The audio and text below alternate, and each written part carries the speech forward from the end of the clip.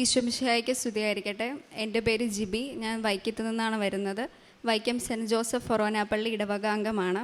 ഞാൻ ഉടമ്പടി എടുത്തത് 2024 ജൂൺ 22 ഓൺലൈൻ ഉടമ്പടി മൂലം എനിക്ക് ലഭിച്ച രോഗസൗഖ്യവും ജോലിയും ഞാനിവിടെ ഓൾറെഡി സാക്ഷ്യപ്പെടുത്തിയതാണ്.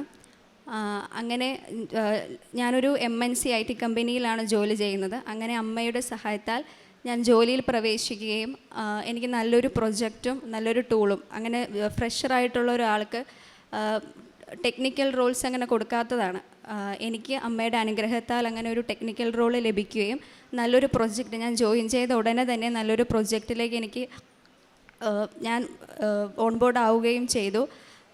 അപ്പോൾ എൻ്റെ പ്രൊജക്റ്റിലുള്ള എല്ലാവരും പറയും ഞാൻ ഭയങ്കര ലക്കിയാണെന്നുള്ളത്. അപ്പോൾ ഞാൻ അവരോട് പറയും എൻ്റെ ലക്ക് അമ്മയാണ് എന്നെ നയിച്ചുകൊണ്ട് പോകുന്നത്. അങ്ങനെ ഒരു അങ്ങനെ 2024 വരെയും ഞങ്ങൾക്ക് വർക്ക് ഫ്രം ഹോം ആയിരുന്നു. അത് കഴിഞ്ഞ് വർക്ക് ഫ്രം ഓഫീസ് ആക്കിയപ്പോഴത്തേനും എൻ്റെ പ്രൊജക്റ്റ് ലൊക്കേഷൻ ബാംഗ്ലൂർ അല്ലെങ്കിൽ ഹൈദരാബാദാണ്. അപ്പോൾ അവരത് നിർബന്ധമായും പറഞ്ഞു അവിടെ ചെല്ലണം, ബാംഗ്ലൂർ ലൊക്കേഷനിൽ ചെല്ലണം, ഇല്ലാതെ പറ്റില്ല എന്ന് പറഞ്ഞു. അപ്പോൾ എൻ്റെ സാമ്പത്തിക ബുദ്ധിമുട്ടും കുടുംബത്തിലെ പ്രശ്നങ്ങളും ഒക്കെ മൂലം എനിക്ക് അത്രയുള്ളൊരു എക്സ്പെൻസീവ് സിറ്റിയിൽ പോയി ജോലി ചെയ്യാനായിട്ട് ബുദ്ധിമുട്ടുണ്ടായിരുന്നു. അപ്പോൾ ഞാൻ 2024 ജനുവരി ആ സമയത്ത് light A candle prayer request ഇടുകയും പ്രാർത്ഥിക്കുകയും ചെയ്തു. എനിക്ക് എൻ്റെ ഓഫീസ് കൊച്ചി ലൊക്കേഷനിൽ ഇരുന്ന് ജോലി ചെയ്യാൻ അനുവാദം നൽകണമേ എന്നുള്ള രീതിയിൽ ഞാൻ പ്രാർത്ഥിച്ചു. ഞാൻ ഒരാളാണ് ആ പ്രൊജക്റ്റിൽ നിന്ന് ഈ കൊച്ചിയിൽ വർക്ക് ചെയ്യുന്നത്. അപ്പം അങ്ങനെ ഒരാൾക്ക് വേണ്ടിയിട്ട് അവരൊരിക്കലും അപ്രൂവൽ തരില്ല പ്രൊജക്റ്റ് ചെയ്ത്. അപ്പം ഞാൻ ഞങ്ങളുടെ കൊച്ചി ലൊക്കേഷനിൽ ചോദിച്ചു എന്താണ് അതിൻ്റെ പ്രൊസീജിയർ ഇവിടെ ഇരിക്കാനുള്ളത്. അപ്പോൾ അവർ പറഞ്ഞു പ്രൊജക്റ്റിൽ നിന്ന് അപ്രൂവ് ചെയ്താൽ ഇവിടെ ഇരിക്കാമെന്നുള്ളത്. അപ്പോൾ എനിക്കറിയാം അത് കിട്ടാൻ വഴിയില്ല, അങ്ങനെ ഒരാൾക്ക് വേണ്ടി അവർ തരികയില്ല അങ്ങനെ. പക്ഷെ ഞാൻ light A candle prayer request ഇട്ട് പ്രാർത്ഥിച്ചു. അതിൻ്റേതായി ഞാൻ അവിടെ അത് അന്വേഷിച്ച് പുറത്തോട്ട് ഇറങ്ങിയില്ല. അതിനു മുമ്പ് അതിൻ്റെ ഹെഡിൻ്റെ ഒരു അപ്രൂവൽ മെയിൽ എനിക്ക് വരുവാണ്, കൊച്ചിയിലിരുന്ന് ജോലി ചെയ്യാമെന്നുള്ള രീതിയിൽ. അങ്ങനെ ഞാൻ അമ്മയുടെ അനുഗ്രഹത്താൽ എനിക്കത് കൊച്ചിയിലിരുന്ന് ജോലി ചെയ്യാനായിട്ട് സാധിച്ചു. അങ്ങനെ മുന്നോട്ട് പോയിക്കൊണ്ടിരിക്കുമ്പോഴാണ് 2024 മാർച്ച് അവസാനം പെട്ടെന്ന് ഒരു മുന്നറിയിപ്പില്ലാതെ എന്നോട് പറയുവാണ് ഈ പ്രൊജക്റ്റിൽ നിന്ന് ഡിഅലോക്കേറ്റ് ആവുകയാണ്, പുതിയ പ്രൊജക്റ്റ് നോക്കണം, അങ്ങനെ ഒരു ഇത് വന്നു. അപ്പം എനിക്ക് പെട്ടെന്ന് വിഷമമായി. കാരണം നല്ലൊരു ടീമായിരുന്നു അത്, എല്ലാ ടീം മെമ്പേഴ്സും നല്ല സഹകരിക്കുന്ന ടീം മെമ്പേഴ്സായിരുന്നു. അപ്പോൾ ആ ടീമിൽ നിന്ന് പോകണമല്ലോ എന്നുള്ളതായിരുന്നു എൻ്റെ ആദ്യത്തെ ഒരു വിഷമം. അങ്ങനെ പ്രൊജക്റ്റ് നോക്കാൻ തുടങ്ങി. എൻ്റെ മാനേജേഴ്സൊക്കെ എന്നെ സപ്പോർട്ട് ചെയ്തു. പുതിയ പ്രൊജക്റ്റുകൾ വരുന്നതെല്ലാം ലൊക്കേഷൻ ബാംഗ്ലൂരാണ്, അവിടെ ഇരുന്നേ ചെയ്യാൻ പറ്റുള്ളൂ. പക്ഷേ എനിക്കതൊരു എക്സെപ്ഷൻ പോലെ ഉണ്ട്, എനിക്കങ്ങനെ പോകാനായിട്ടുള്ളൊരു ബുദ്ധിമുട്ടുണ്ട്. അങ്ങനെ ഇരുന്നെങ്കിലും അവരുടെ ഹെൽപ്പ് മൂലം എനിക്ക് പുതിയ പ്രൊജക്റ്റ് കിട്ടി. ഒരുപാട് നാളെനിക്ക് ബെഞ്ചിലിരിക്കേണ്ടി വന്നില്ല, പെട്ടെന്ന് തന്നെ അടുത്ത പ്രൊജക്റ്റ് കിട്ടി. അപ്പോഴും അവർ പറഞ്ഞു ബാംഗ്ലൂർ വരണം എന്നുള്ളത്. അപ്പം അപ്പോഴത്തെ ആ ഒരു ഇതിൽ ഞാൻ പറഞ്ഞാൽ ഓക്കെ ഞാൻ വരാം എന്നുള്ള രീതിയിൽ ഞാൻ പറഞ്ഞെങ്കിലും ഞാൻ പ്രാർത്ഥിക്കാൻ തുടങ്ങി. അങ്ങനെ അവരത് പറയരുത്, എനിക്ക് കൊച്ചിയിലിരുന്ന് തന്നെ ചെയ്യാനായിട്ടുള്ള അനുവാദം ലഭിക്കണമെന്നുള്ള രീതിയിൽ പറഞ്ഞു. അങ്ങനെ ഏപ്രിൽ ആദ്യം മുതൽ പുതിയ പ്രൊജക്റ്റിലേക്ക് കയറി. പുതിയ പ്രൊജക്റ്റ് കയറിയപ്പോഴത്തേനും പുതിയൊരു എൻവയോൺമെൻ്റ് ആണല്ലോ. അപ്പം അതിൻ്റെ ആണോ എന്നറിയില്ല, ആൾക്കാർ പുതിയ കാര്യങ്ങൾ വന്നപ്പോഴത്തേനും ഒന്നും എനിക്ക് അങ്ങോട്ട് അക്സെപ്റ്റ് ചെയ്യാൻ പറ്റിയില്ല. അവരാണെങ്കിലും ഞാൻ ചെയ്യുന്ന ഓരോ കാര്യങ്ങൾക്കും എന്നെ കുറ്റപ്പെടുത്താനും, അങ്ങനെ എന്ന് വെച്ചാൽ നമ്മൾ കറക്റ്റായിട്ട് ചെയ്താലും ഓരോ വാക്കുകൊണ്ടുമൊക്കെ നമ്മളെ വേദനിപ്പിക്കാൻ തുടങ്ങി. അതെന്നെ വളരെയധികം തളർത്തി. ഒരു ഡിപ്രസ്ഡ് മൈൻഡ് എന്ന രീതിയിൽ മാറി ഞാൻ. അതെങ്ങനെയാണ് പറയാമെന്ന് എനിക്കിപ്പോഴും അറിയില്ല. ചിരിക്കില്ല, മറ്റുള്ളവരോട് സംസാരിക്കില്ല, പ്രാർത്ഥിക്കില്ല, പ്രാർത്ഥനാ ജീവിതം കംപ്ലീറ്റ്ലി പോയി. അങ്ങനെ വളരെ ഒരു വിഷമാവസ്ഥയിൽ ജൂൺ വരെ ഞാൻ മുന്നോട്ട് പോയി. ആ കൂടെ ബാംഗ്ലൂർ വരണം എന്നുള്ളൊരു പ്രഷറും കൂടി ആയി. അപ്പം രണ്ടും കൂടി ആയപ്പോൾ ഭയങ്കര ബുദ്ധിമുട്ടിലായിരുന്നു. അങ്ങനെ ജൂൺ 22 ഞാൻ ഉടമ്പടി എടുക്കുന്നത്. ഞാൻ അങ്ങനെ ഒരു ദിവസം വീട്ടിലിരിക്കുമ്പോഴാണ് പെട്ടെന്നൊരു ഉൾവിളി പോലെ വരുവാണ്, ഉടമ്പടി എടുക്കുക, നീ ഉടമ്പടിയിൽ ഓൾറെഡി എടുത്തതായിരുന്നല്ലോ, നീ അത് തുടര് എന്നുള്ളൊരു ഉൾവിളി വന്നു. ഞാൻ ആ ശനിയാഴ്ച തന്നെ വന്ന് ഇവിടെ ഉടമ്പടി എടുത്തു. ഉള്ളിൽ ഒരു കല്ല് പോലെയാണ് ഞാനിവിടെ വന്നത് ആദ്യമേ. പക്ഷേ ഉടമ്പടി എടുത്ത് തിരിച്ചു പോയപ്പോൾ ഭയങ്കര ഒരു ആശ്വാസം, ഒരു തണുപ്പ് ഉള്ളിൽ ഫീൽ ചെയ്യാൻ തുടങ്ങി, ചിരിക്കാൻ തുടങ്ങി. പിന്നെ ഒരു ഹാപ്പി ആയിട്ടുള്ളൊരു തുടങ്ങി. പിന്നെ ജോലിയിലേക്ക് പ്രവേശിക്കുമ്പോൾ പിറ്റേ ആഴ്ച തന്നെ ഒരു ഇഷ്യൂ വന്നു. അത് വലിയ പറയുമ്പോൾ ഒരു മേജർ ഇഷ്യൂ അല്ല അത്. പക്ഷെ എനിക്കറിയാം എൻ്റെ ടീം മെമ്പേഴ്സ്, എൻ്റെ ടീം ലീഡർ ആണെങ്കിലും മാനേജേഴ്സ് ആണെങ്കിലും അത് നമ്മളെ കുറ്റപ്പെടുത്താൻ വേണ്ടി മനഃപൂർവ്വമായിട്ട് അവർ അതിനെ വളച്ചൊടിക്കും. അങ്ങനത്തെ ഒരു സ്വഭാവമായിരുന്നു അവരുടേത്. പക്ഷേ എൻ്റെ അമ്മ എൻ്റെ ഉടമ്പടി ഏറ്റെടുത്തത് മൂലം എനിക്കത് വളരെ അത്ഭുതകരമായിട്ട് എൻ്റെ TL എന്നെ വിളിച്ചു, പറഞ്ഞു കുഴപ്പമില്ല, ഇത് നമുക്ക് റിസോൾവ് ചെയ്യാൻ പറ്റുന്ന ഇഷ്യൂ ആണ്. എന്നിട്ട് എന്നോട് കുറേ നേരം ആൾ സംസാരിച്ചു. അങ്ങനെ വളരെ എന്താ എനിക്ക് അത്ഭുതകരമായിട്ട് തോന്നിയത്. ആൾ എൻ്റെ അടുത്ത് സംസാരിച്ചു, നല്ല രീതിയിലാണ് മുന്നോട്ട് പോകുന്നത്, നല്ല അനലൈസിങ് സ്കില്ലുണ്ട്, മേജർ ഇഷ്യൂസ് ഹാൻഡിൽ ചെയ്യണം, അന്നേരം നമുക്ക് കൂടുതൽ എക്സ്പീരിയൻസ് ഉണ്ടാവും എന്നൊക്കെ പറഞ്ഞ് വളരെ സ്നേഹത്തോടെ എന്നോടത്ത് സംസാരിച്ചു. അപ്പോൾ എനിക്ക് മനസ്സിലായി അമ്മേൻ്റെ ഉടമ്പടി ഏറ്റെടുത്തിട്ടുണ്ടോ എന്നുള്ളത്. അങ്ങനെ മുന്നോട്ട് പോയി, ഉടമ്പടിയിൽ മുന്നോട്ട് പോയി പ്രാർത്ഥിക്കും, എല്ലാ കാര്യങ്ങളും ചെയ്യും. അങ്ങനെ മുന്നോട്ട് പോയി. അപ്പോഴും എൻ്റെ ഒരു ടെൻഷൻ എന്ന് പറയുന്നത് ഈ ലൊക്കേഷൻ്റെ കാര്യമാണ്. കാരണം അങ്ങോട്ട് ബാംഗ്ലൂരിലോട്ട് ഷിഫ്റ്റ് ചെയ്യുക എന്ന് പറയുമ്പോൾ ഒട്ടും അക്സെപ്റ്റബിൾ ആയിട്ടുള്ള കാര്യമല്ലായിരുന്നു. അപ്പോൾ എൻ്റെ മാനേജറാണ് എൻ്റെ അടുത്ത് ഇത് ചോദിച്ചുകൊണ്ടിരിക്കുന്നത്, എപ്പോഴാണ് വരുന്നതെന്ന്.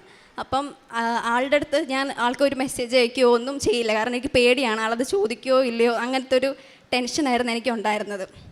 അങ്ങനെ മുന്നോട്ട് പോയി. ആളതിനെപ്പറ്റി ചോദിക്കുകയോ കാര്യങ്ങളൊന്നും ചെയ്തില്ല. ഞാൻ പ്രാർത്ഥിച്ചു. ഞാൻ എൻ്റെ കൊച്ചി ലൊക്കേഷനിൽ അമ്മയുടെ ഉപ്പ് കൊണ്ടുപോയിട്ട് പ്രാർത്ഥിച്ചു. എനിക്ക് ഇവിടെ തന്നെ ഇരിക്കാൻ അമ്മ സഹായിക്കണം എന്നൊക്കെ പറഞ്ഞ് പ്രാർത്ഥിച്ചു. അങ്ങനെ 2025 ഫെബ്രുവരിയിൽ എൻ്റെ മാനേജറിനെ ഇങ്ങോട്ട് വിളിച്ചു. അപ്പോഴും ഞാൻ പേടിച്ചു, ദൈവമേ എന്തെങ്കിലും ചോദിക്കാനാണോ എന്നുള്ള രീതിയിൽ ഞാൻ ആദ്യം പേടിച്ചു. പക്ഷെ ആൾ എൻ്റെ അടുത്ത് പറഞ്ഞു, ആൾ കൊച്ചി ലൊക്കേഷനിൽ വന്നിട്ടുണ്ട്, വരാൻ പറ്റുമോ, കാണാൻ പറ്റുമോ എന്നുള്ള രീതിയിൽ ചോദിച്ചു. ഞാനന്ന് ഓഫീസിലുണ്ടായിരുന്നു, ഞാൻ പോയി കണ്ടു. ആൾ എൻ്റെ അടുത്ത് നല്ല രീതിയിൽ തന്നെ സ്നേഹത്തോടെ സംസാരിച്ചു. അത് കഴിഞ്ഞ് സംസാരിച്ച് തിരിച്ചു വന്നപ്പോഴത്തേനുമാണ് മാതാവിൻ്റെ മനസ്സിൽ തോന്നിച്ചത്, നീ ഏറ്റവും പേടിച്ചുകൊണ്ടിരുന്ന ആളല്ലേ അത്, ആളെ ഞാൻ ഇവിടെ നിൻ്റെ മുമ്പിൽ കൊണ്ടുവന്നു, നീ കൊച്ചിയിലാണ് ഇരിക്കുന്നതെന്ന് അയാൾക്കറിയാം, ആൾക്കതൊരു പ്രശ്നമല്ല, അതുകൊണ്ടാണല്ലോ അയാൾ നമ്മളെ ഇവിടെ വന്നപ്പോൾ ആൾ വിളിച്ചത്. അങ്ങനെ അതൊരു പ്രശ്നമല്ലാതെ ഇപ്പോൾ എനിക്ക് കൊച്ചി ലൊക്കേഷനിൽ തന്നെ ഇരിക്കാം. പ്രൊജക്റ്റിലാണെങ്കിലും ഒരു ഇഷ്യൂസ് ഇല്ല. ഏറെ പ്രത്യേകമായിട്ട് പറയുകയാണെങ്കിൽ എൻ്റെ ഒരു എക്സ്പീരിയൻസ് വെച്ച് സോൾവ് ചെയ്യാൻ പറ്റുന്നതിനേക്കാൾ അപ്പുറത്തുള്ള ടെക്നിക്കൽ ഇഷ്യൂസ്, ഓരോ ഇഷ്യൂസ് വരുമ്പോഴും അത് റിസോൾവ് ചെയ്ത് കഴിയുമ്പോഴാണ് എനിക്ക് തോന്നുന്നത് എൻ്റെ ഒരു എക്സ്പീരിയൻസ് കൊണ്ടോ കഴിവ് കൊണ്ടോ എനിക്ക് റിസോൾവ് ചെയ്യാൻ പറ്റാത്ത ഇഷ്യൂസ് ആയിരിക്കും അതൊക്കെ റിസോൾവ് ചെയ്യാനായിട്ട് എനിക്ക് ഉറപ്പാണ് അമ്മയാണ് എന്നെ സഹായിക്കുന്നത് എന്നുള്ളത്. ഞാൻ ജോലിയിൽ പ്രവേശിക്കുമ്പോൾ കാശ് രൂപം വെച്ച് പ്രാർത്ഥിച്ചാണ് ജോലിക്ക് പ്രവേശിക്കുന്നത്. അതോടൊപ്പം തന്നെ തിരഞ്ഞെടുക്കേണ്ട വഴി, നീ വലത്തോട്ടോ ഇടത്തോട്ടോ തിരിയുമ്പോൾ പിന്നിൽ നിന്ന് നിൻ്റെ കാതുകൾ ഒരു സ്വരം ശ്രവിക്കും, ഇതാണ് വഴി, ഇതിലേ പോവുക. ഞാൻ തിരഞ്ഞെടുക്കേണ്ട വഴി അത് ജോലിയിലായാലും ജീവിതത്തിലായാലും ഏതാണെന്നുള്ളത് ഞാൻ പ്രാർത്ഥിച്ചുകൊണ്ടാണ് ഓരോ കാര്യങ്ങളും ചെയ്യുന്നത്. ഇപ്പോൾ നല്ല സ്മൂത്തായിട്ട് ജോലിയും കാര്യങ്ങളെല്ലാം പോകുന്നു. അതാണ് എൻ്റെ ഒന്നാമത്തെ സാക്ഷ്യം. രണ്ടാമത്തെ സാക്ഷ്യം എന്ന് പറയുമ്പോൾ ഞങ്ങളുടെ വീട്ടിലോട്ട് തോടാണ്. അപ്പം തോടിനെ കവർ ചെയ്ത് പാലമാണ്, മുട്ട് പോലത്തെ ഒരു പാലമായിട്ടിരിക്കുന്നത്. അത് വർഷങ്ങളായി ഒരു നമുക്ക് സഞ്ചരിക്കാൻ സാധ്യമല്ലാത്ത രീതിയിലായിരുന്നു അതുണ്ടായിരുന്നത്. അപ്പം അതിൻ്റെ ഉടമസ്ഥരോട് പറയുമ്പോൾ അവർ ചെയ്തു തരികയില്ല. അതിനുള്ള പൈസയോ അത് ശരിയാക്കാനുള്ള ഒരു ഇതോ അവർ മുൻകൈ എടുത്ത് ചെയ്യാറില്ല. അപ്പം ഞാൻ ഉടമ്പടി എടുത്തതിനെ സംബന്ധിച്ച് ഞാൻ ആ വഴിയിൽ ഒപ്പിട്ട് പ്രാർത്ഥിച്ചു. ഒരാഴ്ചയ്ക്കുള്ളിൽ അതിൻ്റെ ഉടമസ്ഥർ തന്നെ അത് ശരിയാക്കി തരുവും ഞങ്ങൾക്കിപ്പോൾ അത് നല്ല രീതിയിൽ അവിടെ യാത്ര ചെയ്യാനും സാധിക്കുന്നു. അത് രണ്ടാമത്തെ സാക്ഷിയാണ്. അടുത്ത സാക്ഷ്യം രോഗസൗഖ്യത്തെ സംബന്ധിച്ച് ഉടമ്പടി ധ്യാനം മുടങ്ങാതെ കൂടാറുണ്ട് യൂട്യൂബിൽ. അങ്ങനെ ഒരു ധ്യാനത്തിൽ എനിക്ക് പനി ഉണ്ടായിരുന്ന സമയത്ത് മുതുകിന് നല്ല നീരായിരുന്നു, നല്ല ബുദ്ധിമുട്ട് മുതുകിന് ഉണ്ടായിരുന്ന സമയത്ത് ജോസഫ് അച്ഛൻ ധ്യാനത്തിൽ പറഞ്ഞു, മുതുകിന് നീരുള്ളവരെ സുഖപ്പെടുത്തുന്നു. ഞാൻ കരഞ്ഞ് പ്രാർത്ഥിച്ചു. അന്നേരം ധ്യാനം കഴിഞ്ഞതിന് ശേഷം അങ്ങനത്തെ ആ ഒരു ബുദ്ധിമുട്ട് മുതുകിന് ഉണ്ടായിട്ടില്ല.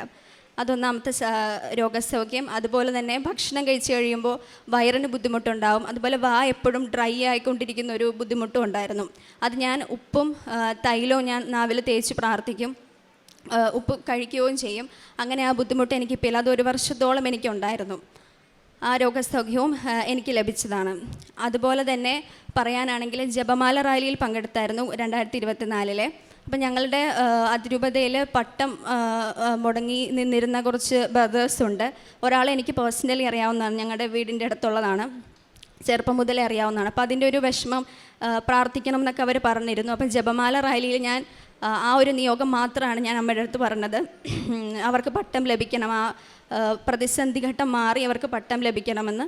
പിറ്റേ ദിവസം ഞായറാഴ്ച പള്ളിയിൽ വിളിച്ചു പറഞ്ഞു അവർക്ക് പട്ടം കൊടുക്കാനുള്ള കാര്യങ്ങളെല്ലാം റെഡി ആയിട്ടുണ്ട്. അങ്ങനെ അവർക്ക് ഒരാഴ്ചയ്ക്കുള്ളിൽ പട്ടം ലഭിക്കുകയും ചെയ്തു.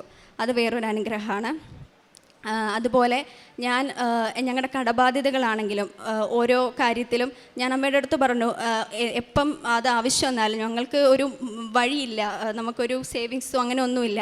അപ്പോൾ എപ്പോൾ ആവശ്യം വന്നാലും അമ്മ കൈവിടത്തില്ല. അതെനിക്ക് ഉറപ്പുള്ള കാര്യമാണ്. എപ്പോഴും പൈസയുടെ ബുദ്ധിമുട്ട് വരുമ്പോൾ അമ്മ കൂടെ ഉണ്ടാവും എന്നുള്ളത് അത് ഇതുവരെ അങ്ങനെയാണ്, ഇനിയും അങ്ങനെയായിരിക്കും. അതെനിക്ക് ഉറപ്പുള്ള കാര്യമാണ്.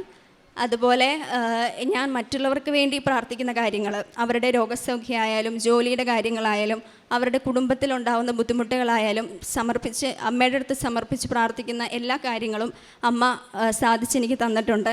അതിനെല്ലാത്തിനും അമ്മയ്ക്ക് 1000 നന്ദി. പ്രേക്ഷിത പ്രവർത്തനമായിട്ട് കൃപാസനത്തിലെ പത്രം മേടിച്ച് എല്ലാ മേഖലകളിലും കൊടുക്കാറുണ്ട്.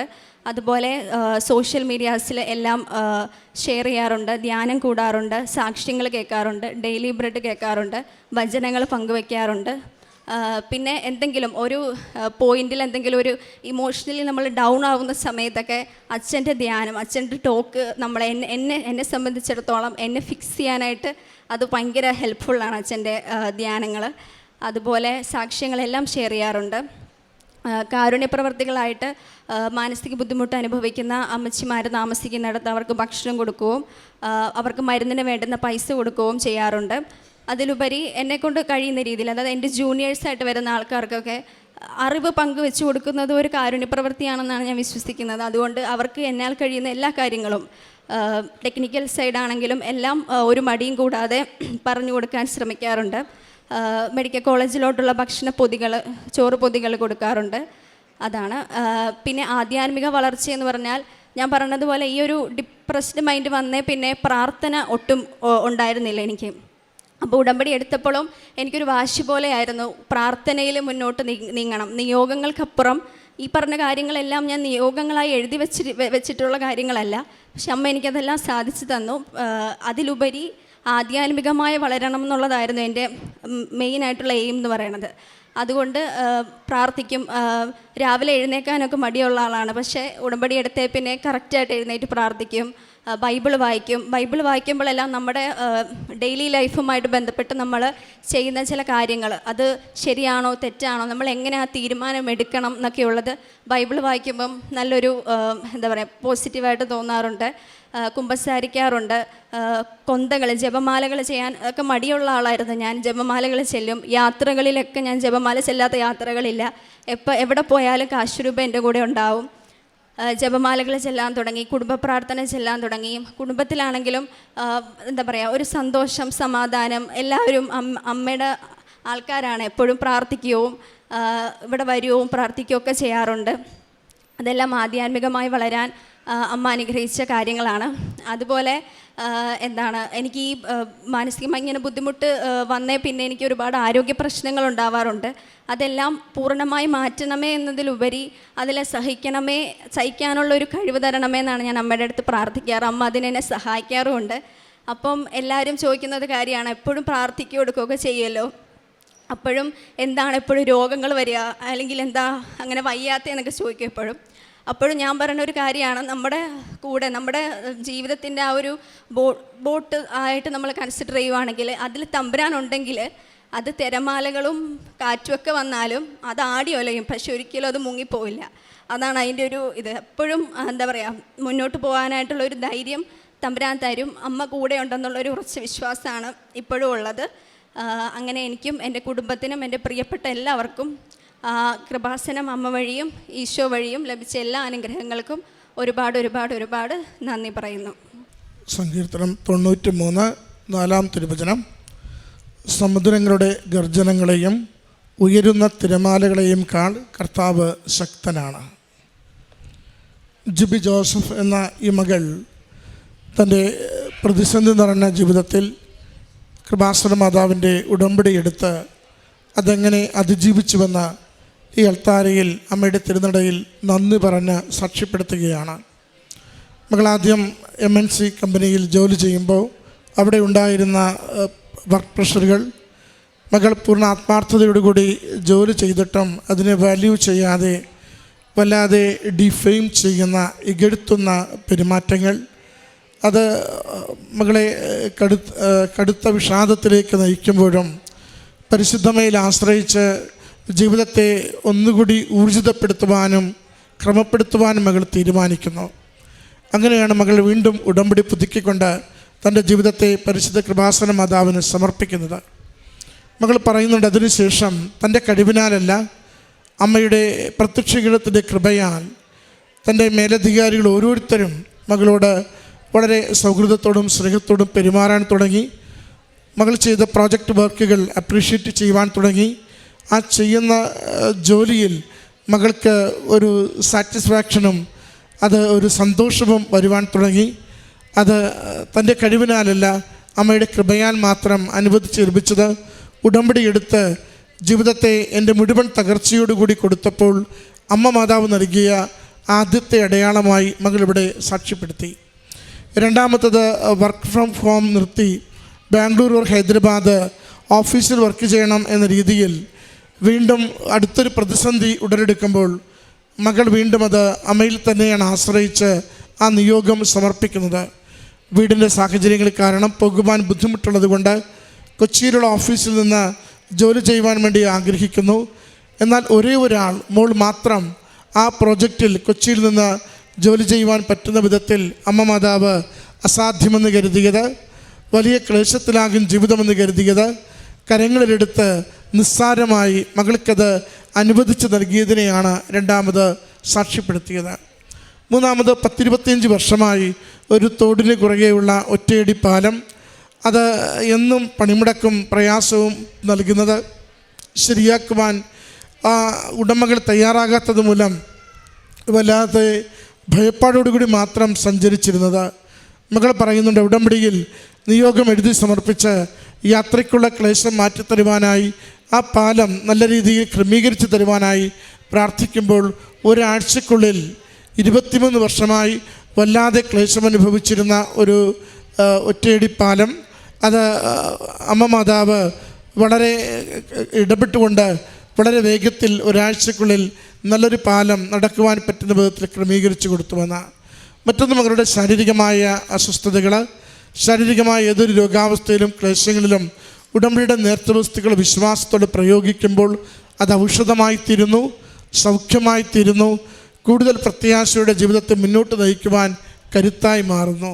മകൾ പറയുന്നുണ്ട്, ഉടമ്പടി എടുത്തതിലൂടെ വന്ന മാറ്റം അത് എൻ്റെ ജീവിതത്തെ മുഴുവനും ദൈവഹിതപ്രകാരം ക്രമപ്പെടുത്തുവാൻ സാധിച്ചു എന്നതാണ്.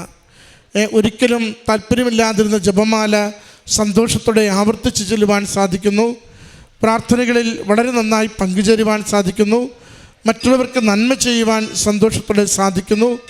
ദൈവനാമത്തെ മഹത്വപ്പെടുത്തി ആ വിഷമങ്ങളും പ്രയാസങ്ങളും വരുമ്പോൾ അത് ഈശോയുടെ കുരിശിനോട് ചേർത്ത് വെച്ച് സഹിക്കുവാനും കുറ്റപ്പെടുത്താതെ മറ്റുള്ളവർക്ക് വേണ്ടി പ്രാർത്ഥിക്കുവാനും ആശീർവദിക്കുവാനും മകൾക്ക് സാധിക്കുന്നുവെന്ന. പ്രിയമുള്ളവരെ, ഉടമ്പടിയിലൂടെ നമ്മൾ സ്വായത്തമാക്കുന്ന ജീവിതശൈലിയും ജീവിത ഗുണങ്ങളും ഇത് തന്നെയാണ്. നമ്മൾ കലഹത്തിൻ്റെ മനുഷ്യരിൽ നിന്നും ശാന്തതയുടെ മനുഷ്യരായി മാറും. നമുക്ക് വേണ്ടി എല്ലാം നേടണമെന്ന ആഗ്രഹത്തിൽ നിന്നും മറ്റുള്ളവർക്ക് വേണ്ടി എന്തും ചെയ്യുവാൻ തുറവിയുള്ള മനുഷ്യരായി മാറും. ദൈവനാമത്തെ മഹത്വപ്പെടുത്തുന്നതിന് വേണ്ടി എത്ര കണ്ട് നമ്മളെ ഇകഴ്ത്തിയാലും കുറ്റപ്പെടുത്തിയാലും തിരികെ ആരെയും ദ്രോഹിക്കാതെ വെറുപ്പ് സൂക്ഷിക്കാതെ അവർക്ക് വേണ്ടി പ്രാർത്ഥിക്കുവാനുള്ള കരുത്തുള്ളവരായി നമ്മൾ മാറിക്കൊണ്ടിരിക്കും. ആത്യന്തികമായി ഇതെല്ലാം നമ്മുടെ തന്നെ ജീവിതത്തിന് അനുഗ്രഹത്തിനുള്ള പുതുവഴിയായി തുറക്കുകയും ചെയ്യും. അതാണ് മകൾ പറയുക, സമുദ്രത്തിലെ ഉയർന്ന തിരമാലകളോ ഗർജിക്കുന്ന തിരമാലയുടെ സ്വരമോ എൻ്റെ ജീവിതത്തിൻ്റെ ബോട്ടിനെ അത് ആടി ഉലഞ്ഞാലും മുങ്ങിപ്പോകുവാൻ ദൈവം അനുവദിക്കില്ലെന്ന്. ഇത് അതിജീവനത്തിൻ്റെ സാക്ഷ്യമാണ്. ഉടമ്പടി ഒരു അതിജീവനത്തിൻ്റെ പ്രാർത്ഥന പ്രവർത്തന പദ്ധതിയുമാണ്.